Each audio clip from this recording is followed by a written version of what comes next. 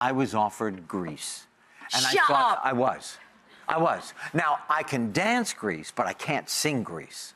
So I thought, you know what? I just played the Fonz for 10 years. I'm going to say no. Emerging from 1978, Grease quickly established itself as a massive pop culture phenomenon. Defined by its cool leather jackets and infectious rock and roll energy, Grease is universally recognized as one of cinema's most beloved coming-of-age films. However, lurking beneath this celebrated musical are a series of surprising revelations. The untold struggle with those famously skin-tight leather trousers, a real-life hickey mark on an actress's neck. Oh, I forgot to tell you, you shouldn't inhale unless you're used to it. The advanced age of the seemingly youthful cast, an unusual link to Elvis Presley, and even a tragic footnote concerning the death of a supporting actor. Prepare to uncover 20 shocking and bizarre facts about Grease that you probably haven't heard before. 1. Grease's biggest hit single. Nearly didn't make the final cut. The song, You're the One That I Want, was not actually included in the original Grease stage musical. It was composed specifically for the film to create an energetic and climactic finish for John Travolta and Olivia Newton-John. Songwriter John Farrar took just a few days to write the melody, and he likely never imagined it would become a global smash hit, selling an astonishing over 4 million copies in the US and UK alone, and over 15 million worldwide. However, the song was not universally loved from the beginning. The director of Grease, Randall Kleiser, initially strongly opposed its inclusion in the movie. He argued that the song sounded too modern and clashed with the retro 1950s spirit of the rest of the soundtrack, which was composed by Warren Casey and Jim Jacobs. Kleiser was concerned the song would break the established musical continuity. Fortunately, he was overruled. Despite the initial resistance, Record World magazine hailed the song as an explosive duet between two stars. Indeed, as soon as the line, "You better shape up," rings out, the world recognizes it as an immortal moment in cinema and music. 2. Sid Caesar improvised. Much of Coach Calhoun's dialogue, Sid Caesar, celebrated for his genius in improvisation, left his own unique signature on Grease that many people overlook. Before joining the film, Sid had already achieved fame through live television comedy shows in the 1950s.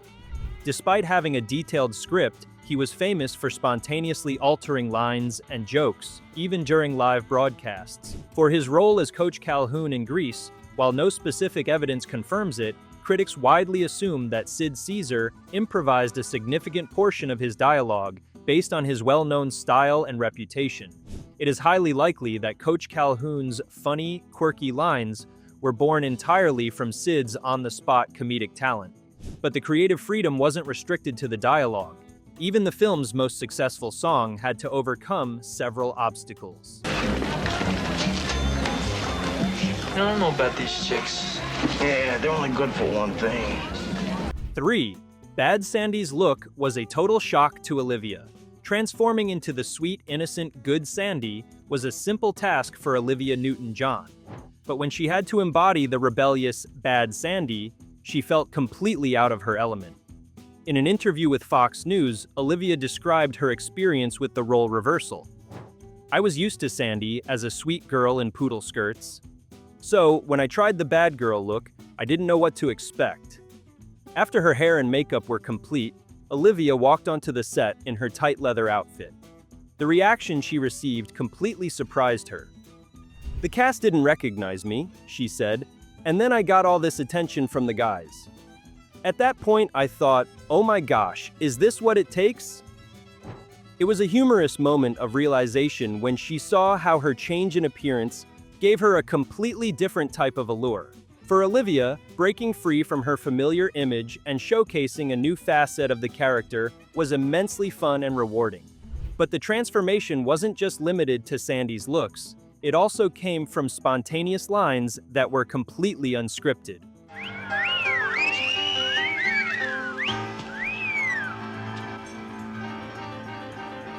Sandy? Tell me about it, stud. 4. The pink clouds in the final scene were handmade, not digital effects. When you watch the closing scene of Grease and see the beautiful pink clouds, don't mistakenly think they are a visual trick created by the camera. These clouds were meticulously dyed pink and constructed from actual cotton wool by the production team. The final effect was stunning. In the closing sequence, the pink clouds created a whimsical, colorful atmosphere that perfectly complemented the character's celebratory dance moves.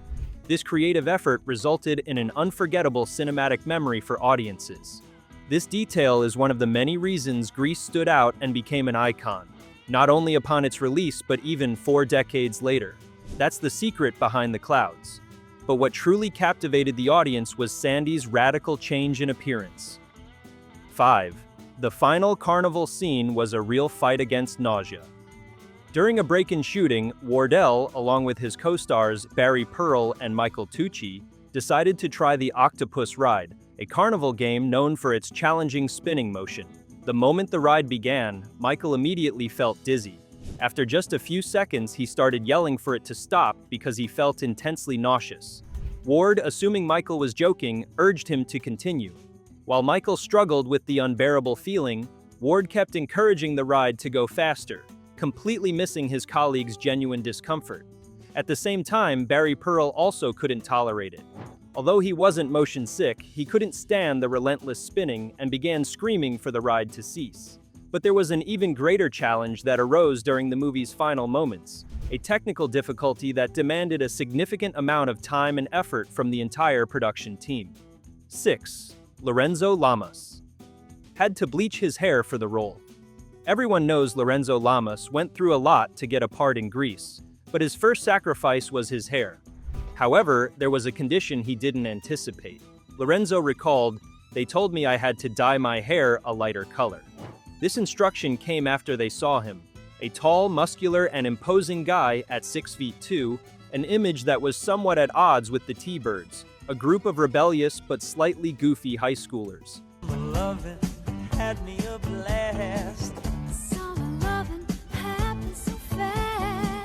To ensure he didn't appear too effortlessly cool, they decided to send him to a salon on Rodeo Drive.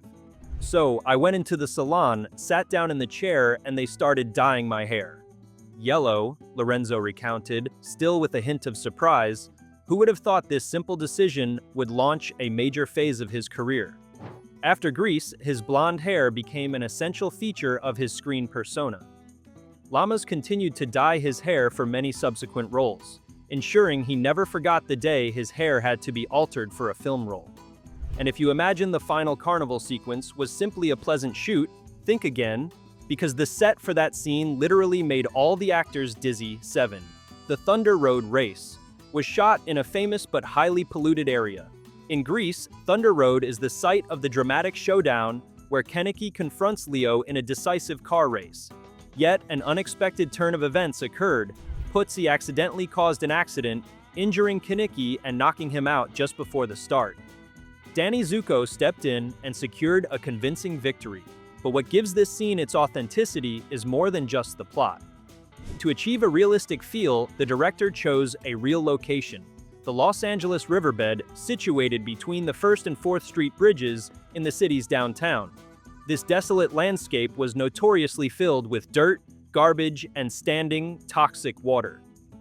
The impressive car stunts and drifts looked great on film, but in reality, many crew members fell ill from working for long hours in this contaminated environment. And that wasn't the only hardship endured to create Grease. Another actor had to sacrifice a deeply personal physical trait just to fit the character. 8. The death of Jeff Conaway and the underlying tragedy. The death of Jeff Conaway, Kenickie, in 2011 is a source of sadness for many fans of Grease. The most painful question remains: did his life's tragedy begin with the very film that made him famous? In one of the most dynamic scenes, Jeff performs an energetic dance atop the car during the Greased Lightning song. But that moment of high energy led to a serious accident. He fell from the vehicle and suffered a severe back injury. That fall wasn't just an on-set incident, it marked the beginning of a cascade of personal problems. To cope with the resulting chronic pain, Jeff was prescribed opioid painkillers. He gradually became dependent on them and later began abusing other drugs. When Jeff passed away, doctors determined the cause of death was the effects of these substances. But the story is even more heartbreaking. His addiction severely numbed his body, causing him to fail to recognize he had pneumonia, the disease that ultimately claimed his life. Though medical science confirmed the cause, CNN issued only a general statement mentioning an accident. Jeff's death was a profound tragedy, revealing that the reality behind Grease was not always as bright as the lights on stage, as it hid deeper, darker truths. Zuko, I got a surprise for you. Oh, yeah? Yeah. Sandy! Teddy! What are you doing here? I thought you were going back to Australia. 9. The T-Birds originally had a less catchy name. Before achieving cultural stardom with the name T-Birds, the central group of male characters in Grease was once called the less inspiring The Burger Palace Boys. The reason was simple: they frequently hung out at a diner called the Burger Palace. However, when the story was adapted for the big screen, the filmmakers realized that to truly resonate with audiences, the group needed a cooler, more memorable, and distinctly greaser-like name. Thus, the name T-Birds was born, permanently associated with members like Danny Zuko, Keneki, Duty, Sunny, and Putsy. In the sequel, Grease 2, a new generation of T-Birds was introduced, including Johnny Nogarelli, Louis DeMucci, Goose McKenzie, Davy Jorsky, and later, Michael Carrington, a nerdy English student. This continuity helped refresh the story and demonstrated that the T-Bird legacy lived on through subsequent generations. However, not every member of the original group maintained that glory, as one supporting actor met a painful, tragic end. 10. The drama with Olivia's legendary tight pants and an astronomical auction price. Olivia Newton-John's iconic black leather outfit, worn during Sandy's transformation, might look straightforward, but the story behind it is anything but simple. The unforgettable sequence where Sandy sheds her good girl image at the school carnival to dance with Danny in her form-fitting trousers and shoulder-bearing top is arguably the film's most recognizable moment. Yet few people know that this essential costume almost didn't make it into the movie. In her 2019 memoir, Don't Stop Believing, Olivia revealed the difficult truth. The exceptionally tight black pants were genuine, vintage 1950s sharkskin fabric sourced by costume designer Albert Wolski for maximum period authenticity. The core issue was that the pants were fragile due to age, and only one pair existed. When Olivia tried them on, the back zipper completely broke. To preserve the trousers' delicate vintage structure, Albert decided against replacing the zipper. Instead, every day the pants had to be meticulously stitched onto Olivia before shooting.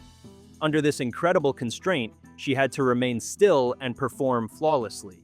Because the garment was so constricting, she recalled not being able to eat or drink and suffered moments where she nearly fainted. After keeping the outfit for decades, Olivia put it up for auction in 2019 at Julian's Auctions Idols and Icons event, dedicating all proceeds to the Olivia Newton-John Cancer Research Institute. According to records from Julian's Auctions and reports from The Guardian and People, Olivia Newton-John's legendary black leather costume sold for a total of $405,700, which was more than twice the initial valuation. Specifically, the tight leather pants were purchased by Spanx founder Sarah Blakely for a stunning $162,000. The leather jacket was bought by an anonymous high bidder, who then graciously returned it to Olivia Newton-John as a gesture of respect. The tight pants are just the beginning, as a music legend famous for rock and roll was at one point considered for a role in Grease. Can you guess the star? 11. Elvis Presley was nearly cast in Grease. The producers initially extended an invitation to Elvis Presley for the part of Teen Angel, the charismatic character who performs the song Beauty School Dropout. However, Elvis declined the offer. At that stage of his career, his health was deteriorating, and he found a small, non-lead role unappealing. Furthermore, his manager, Colonel Tom Parker, was reluctant to involve Elvis's brand with what he considered a minor production. The role of the teen angel eventually went to the renowned 1950s singer and actor Frankie Avalon. Frankie later admitted he was initially uneasy that the character was styled too similarly to Elvis, from the costume and the silver-tipped pompadour to the 1950s slacks. Even without his physical presence, Elvis's spirit was strongly referenced in a memorable scene. During the slumber party, Rizzo, played by Stockard Channing, sings "Look at Me, I'm Sandra Dee." She playfully gyrates her hips next to a photograph of Elvis while singing the hilarious lyric, "Elvis, Elvis, let me be. Keep that pelvis away from me." In a chilling historical coincidence, Elvis Presley passed away on August 16, 1977, the very day this scene was being filmed. This is just one of the many surprising stories behind the scenes, particularly concerning the film's leading lady, Olivia Newton-John. We're right here! Where were you all summer? What are you, my mother? You want to hear what I did? No. Hey, there's Danny! Danny! Am 12, Olivia Newton-John was extremely worried about her age. The truth might be surprising. Olivia Newton-John was hesitant to accept the role of Sandy in Grease, despite it becoming the biggest success of her career. Olivia initially rejected the part because she was nearly 30 years old when offered the role of a high school student, and she seriously doubted her to convincingly play a teenager. Her concern about whether audiences would accept the character's age was so intense that she insisted on doing a screen test. Additionally, her music career was flourishing at the time, and Olivia was wary of risking that success on a movie project she wasn't sure would perform well. She told Mary Clark in a Vanity Fair interview, "I was very nervous about doing another film because my music career was going well. I didn't want to ruin it with a bad movie." However, John Travolta was relentlessly persuasive. He firmly believed Olivia was the only actress perfect for the role. "There was only one person on the planet who could be Sandy," Travolta stated, "and I was determined to get her in the movie." Ultimately, it was Travolta's passion and the positive test results that convinced Olivia, resulting in a cinematic masterpiece. Yet, Olivia wasn't the only one with concerns about her actual age. The truth about the ages of many other actors left audiences completely stunned. 13. The entire cast was older than high school students. Here's an amusing fact about Grease. Most of the principal actors were significantly older than the teenagers they portrayed. John Travolta was 23 playing Danny Zuko, while Michael Tucci, Sonny, was already 30. This discrepancy led to the film receiving substantial criticism. In defense of the movie, casting director Joel Thurm spoke out. He stressed that Grease was not intended as a documentary, but as a fictional story and a fantasy that didn't have to adhere to reality. Thurm argued that the main objective was for the actors to appear close in age to one another, a goal he felt they achieved. He insisted that the film's success depended not on the actors' birth certificates, but on their ability to entertain. The critics who didn't get it forgot that people go to the movies to have a good time, Thurm remarked. He also noted that the cultural timing was perfect, aligning with the 1950s revival trend sparked by the TV show Happy Days. Ultimately, the flawless combination of music and setting secured the film's incredible success. But the shocking facts continue. A surprising real-life romance blossomed behind the scenes of Grease that is hard to believe. 14. Jeff Conaway's unspoken love for Olivia Newton-John and the strange twist of fate. Did you know that Jeff Conaway, the actor who played Kaneki, secretly developed feelings for his co-star, Olivia Newton-John? According to the Morning Call, Jeff admired her from afar, but never found the courage to confess his affection. However, destiny had a completely different plan. At a party hosted for the cast, Jeff met Rona Newton-John, Olivia's sister. Jeff recalled, "I looked across the living room and saw this gorgeous woman talking to Olivia. I decided to make my move and get a hold of the situation before a pack of wolves got in there." With his natural charm and confidence, Jeff immediately captivated Rona. After a short courtship, Jeff proposed and the couple married. Their marriage, however, only lasted 5 years. Despite the divorce, Jeff remained close with the Newton-John family. When Jeff passed away in 2011, Olivia shared her sorrow. Jeff had a kind heart and was very talented. He was a big part of our family for many years, and he will be remembered forever. The revelations get even more curious. Another seemingly small detail hides an incredibly interesting production secret that few people know about. 15. Rizzo's hickey was not applied by a makeup artist. In the movie Grease, the powerful moment where the character Rizzo, played by Stockard Channing, proudly inspects the hickeys on her neck in the mirror is very impactful. What many viewers don't know is that these crimson marks were not created with makeup. Cheer up, a hickey from Kenickie is like a Hallmark card. In a later interview, Stockard Channing confessed that the scene felt genuine not only because of her character's fierce personality, but also because the marks were actually left on her skin by Jeff Conaway, Kenickie. This detail added a small but deeply authentic and slightly awkward layer of realism to the film, but the most surprising fact concerns the film's most famous car, which was originally not intended for the lead character, contrary to widespread belief. Want some new music? I need some money. Thanks. 16. Greased Lightning was originally Kenickie's car, not Danny Zuko's. Before Danny Zuko acquired the legendary Greased Lightning, the car was the property of Kenickie. Initially, this vehicle was nothing more than a rundown 1948 Ford Deluxe convertible in pitiful shape. It had a shattered windshield, broken headlights, mismatched tires, and no hubcaps. Kenickie devoted himself to its restoration, aiming to turn the wreck into a respectable street racing machine. He fixed all the damage, replaced the glass and lights, and repainted it white with silver lightning bolts trimmed in red. This is the car featured in the song where the T-Birds fantasize about it being a dream car. After its refurbishment, the car was ready for the race at Thunder Road.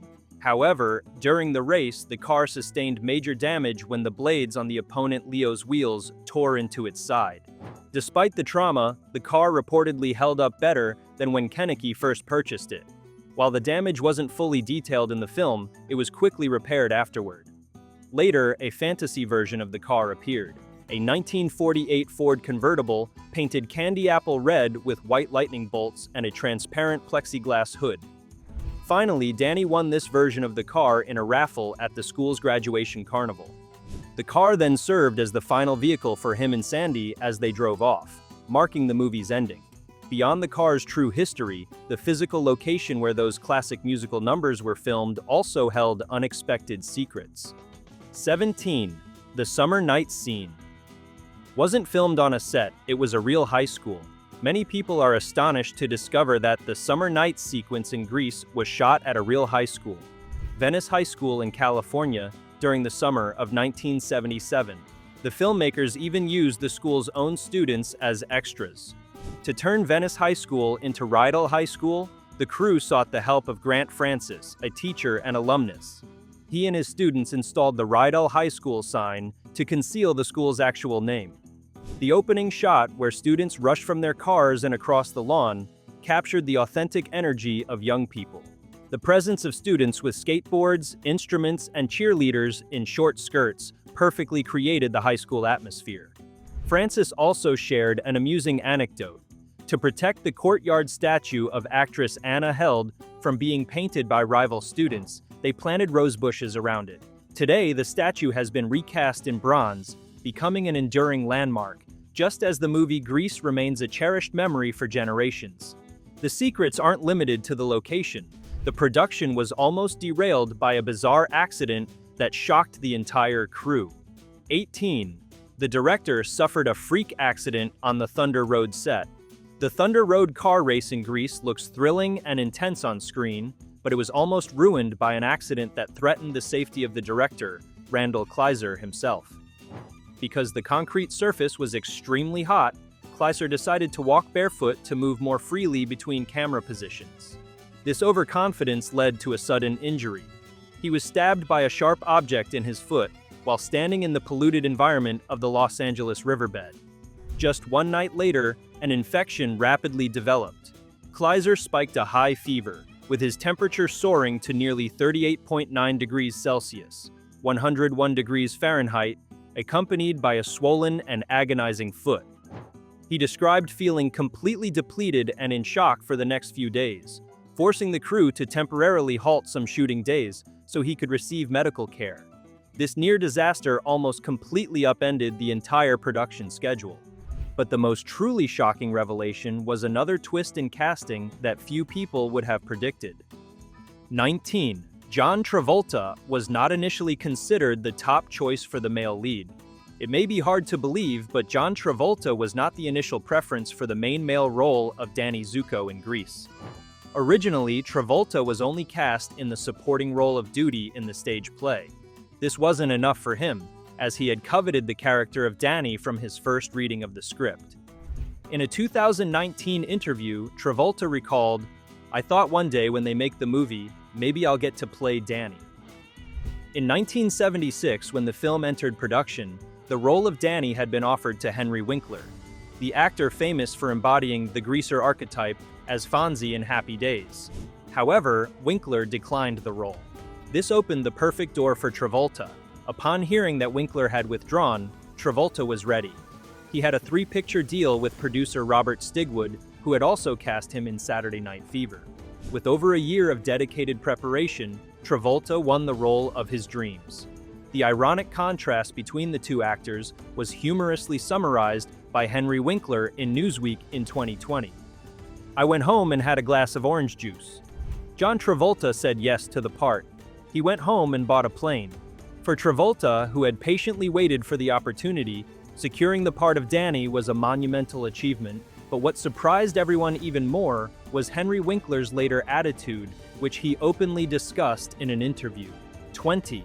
Henry Winkler regretted turning down the lead role. Did you know that Henry Winkler, who was offered the role of Danny Zuko in Grease, declined it and later expressed profound regret? His reason for saying no stemmed from a fear of being typecast as a greaser, a character too similar to his famous Fonzie role in Happy Days. Many years later, in a 2023 interview, Winkler frankly admitted, "I was stupid." After missing out on Grease, Winkler's career faced significant headwinds. He was practically forgotten by Hollywood for 8 to 9 years, with no substantial roles coming his way. However, instead of giving up, Winkler shifted his focus behind the camera. He transitioned into a producer and director, contributing to the success of popular TV series like MacGyver. It was during this challenging period that Winkler absorbed a critical life lesson. One must not only be persistent and grateful, but also flexible and brave enough to take risks. When he decided to try his hand at a new career, he told himself, "Come on, shut up and try it." This phrase became his guiding principle.